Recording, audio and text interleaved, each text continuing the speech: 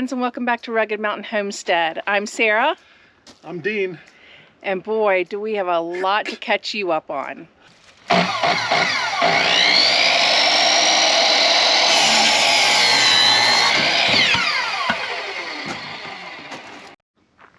I will say though that when moments have been really hard and I'm feeling pretty bad, the garden has helped me regroup and give me a sense of peace.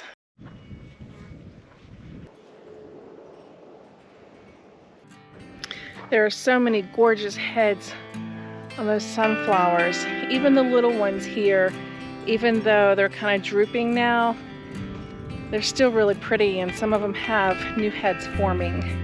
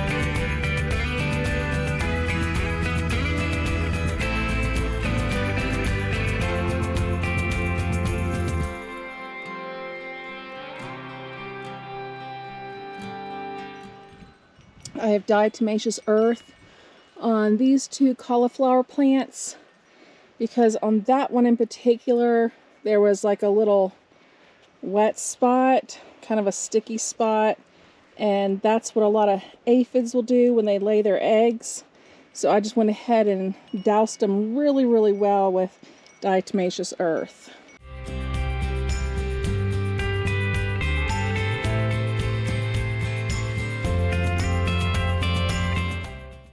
I actually did get some beets, even though I only have one lone beet left here.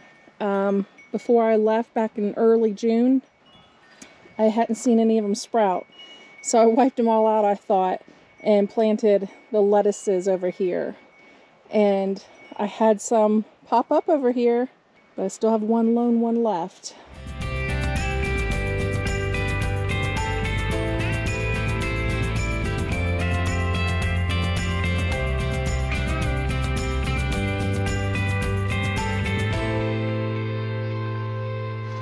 The potato plants are starting to die back a little bit.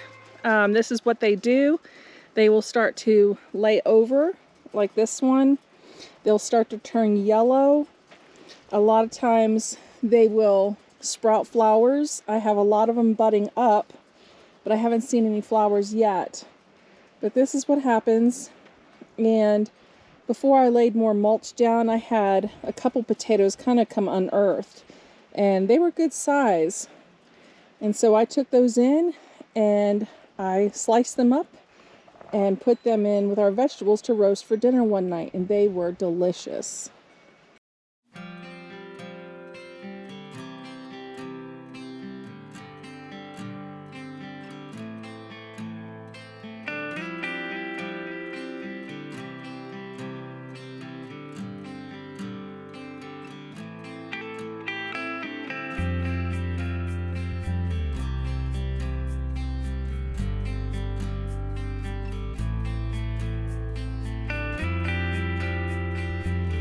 This bloomed since last night. This is a Cosmo, and it is really pretty. It's a really pretty purple.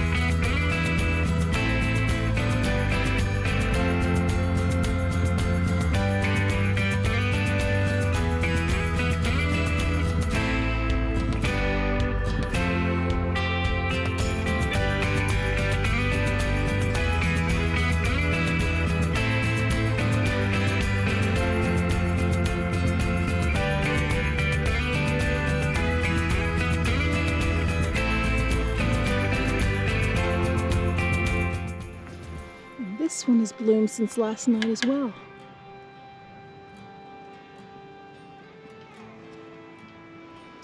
Zinnia's back there drying up a little bit, but they come back, and look at these.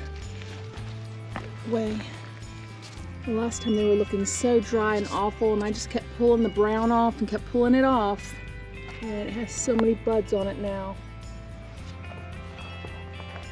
And the bee balm. More cosmos. I need to clean out the little fountain pond.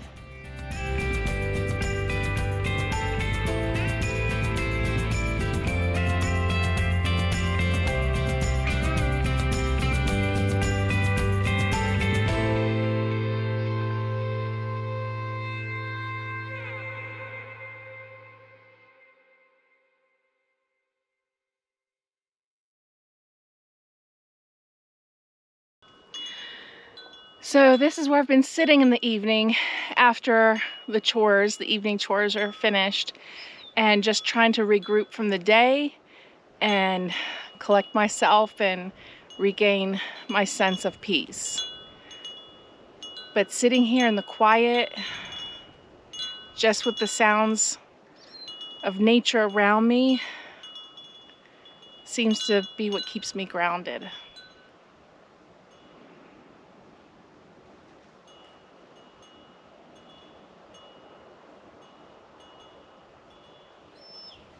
Of course, now the chickens are going to be quiet, but they're usually a little more active, chatter-wise, in the evenings, in the mornings.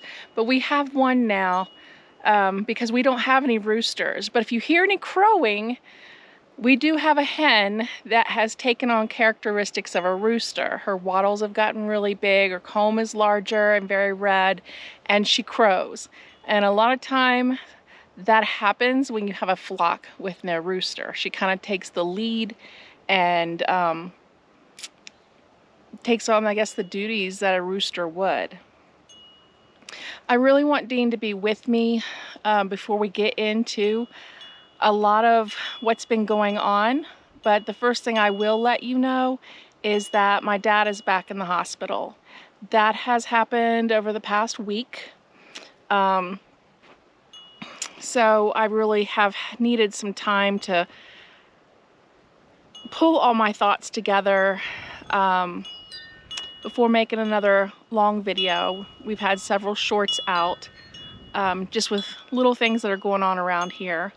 But he's back in the hospital. He actually got an infection in his gallbladder, and it looks like there is fluid and secondary infection around his intestines and his liver. So he's had one drain put in and it wasn't enough. There's still fluid around his they put a drain in his gallbladder, and then they're putting another drain in as I'm filming this to get the fluid from around his liver and intestines. So he's been in the hospital a couple days so far. My sister's been there with my mom, and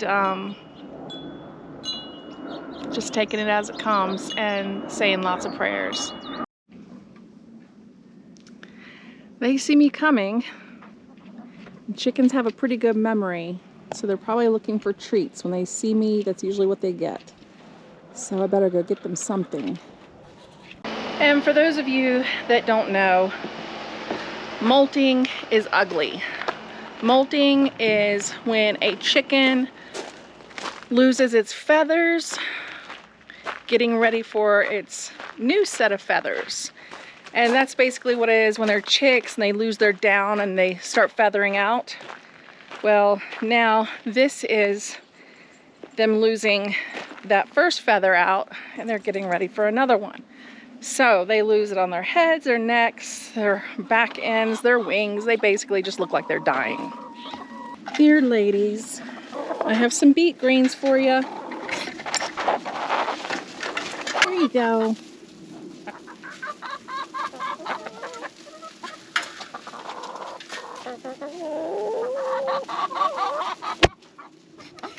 So yeah, they look rough, but they're still acting like themselves. They're just look awful. What you doing? Oh, you scared Wyatt. So, I thought we had this problem taken care of. This cage, if you will, that didn't have a bottom, was surrounding these two very big trash cans, because we had a bear take one of the trash cans out a couple of years ago out into the woods.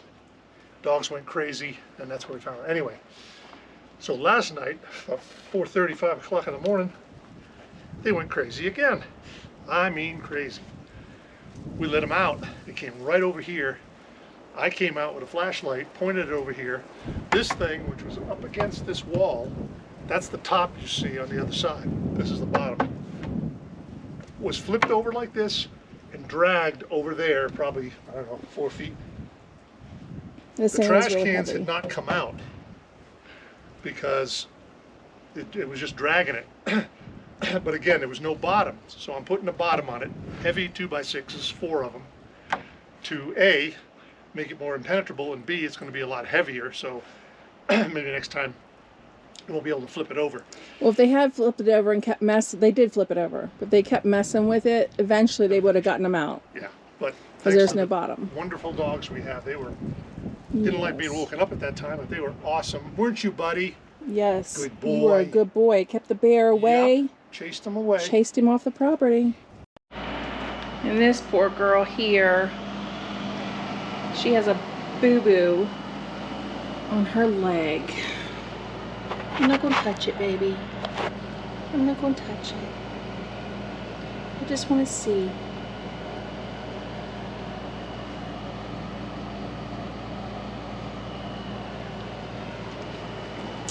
So we've been giving her an antibiotic, spraying some honey silver on it, and just getting her to rest.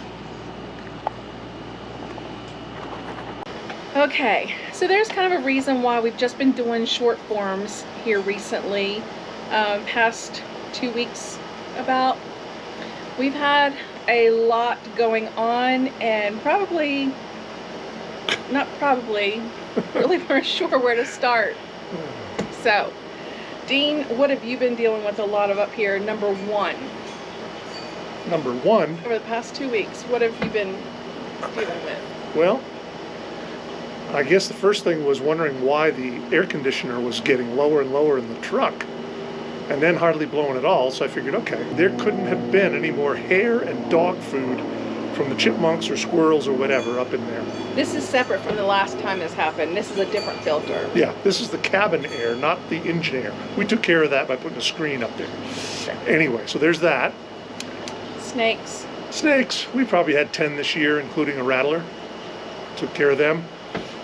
pretty much relocated. Most of them were, all but one were bull snakes, which are good, and relocated them on the property. And so then the day that I had a dental appointment at 8 a.m., Josie, we had let her out the night before, and she didn't come back for an hour. And that was pretty startling because she never does that. It's just usually goes to the bathroom and back. Right. And so Dean stayed up and let her in. But we found the next morning that she had left a huge jackrabbit on the front porch, entrails, everything, fresh. Right in the middle, right in the middle where you walk out. Yeah. Anyway. So we knew something was wrong because when we got up in the morning, she had been sick, or somebody had been sick. And so then when I stepped out here and saw that, so Dean cleaned up inside, got rid of the rabbit. It was nasty inside, sick inside. And then so out here at 6 o'clock in the morning, I'm scrubbing the porch because blood had soaked into the wood. And so I was scrubbing the porch at 6 o'clock in the morning because blood had soaked into that, and we were finished just in time to make it into town. I've had a little bird in my garden digging little, I'm not going to complain because it's not bugs or anything eating my plants, but I go down there every night and have to flatten the soil, cover it back in, because we got a bunch of, I think they're blue jays, right? Yeah. That are like going in there, and I've seen it, and it just scratches up the soil. They're getting into the dog food too, and the dogs are not around. Yeah. But anyway. And then there's the chickens. Yay, chickens. This is kind of a long story, but I'm going to make it very, very short. Okay. The first time, I believe it was in April. Yes. It was in April, and we had 2 chickens with a prolapse. One made it, one didn't. They were kind of one behind each other.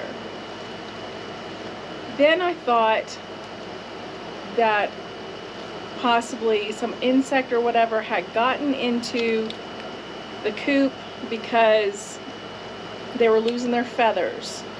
But their wattles and combs were still red. They were still eating. They were still acting normally. And producing. And they seem to be doing better. Started supplementing their feed. They are on a no corn, no soy organic feed, 17% protein. We started supplementing it with alfalfa. They seemed okay. And then, if you don't stop, Honey, just I'm being normal. For me. You. That's right. Go ahead. So then it just seemed like it was starting up again. So we decided to use some Elector PSP, which the insecticide is spinosad. I don't know a whole lot about it, but I know that you don't have an egg withdrawal period. It's a lot safer than some of the others, and it ain't cheap. And no, it was very expensive. But it's a one and done type deal. I'm still going to spray just a little bit one more time. So we did all that. This is the 3rd time now. We've totally basically deconstructed the coop, cleaned it. Their roost bar, everybody says, oh, you'll see blood spatter if they have, mites or something. There's never been anything on it. And I couldn't figure it out. Well, then we were having dinner with a good friend, and she has a lot of chickens. And I was talking to her about it. She's going to come out and look at them. She says, they're starting to molt. Dean was like, don't tell me. We've gone through all of this. And I said, well, I thought they were supposed to molt in the fall. She said, it can happen anytime. So, and they're still producing, but they're a little bit, there's 14 of them, and we're getting 10 to 12 a day. Of course, we've had one that thinks she's a rooster now. I told you about that a little bit ago.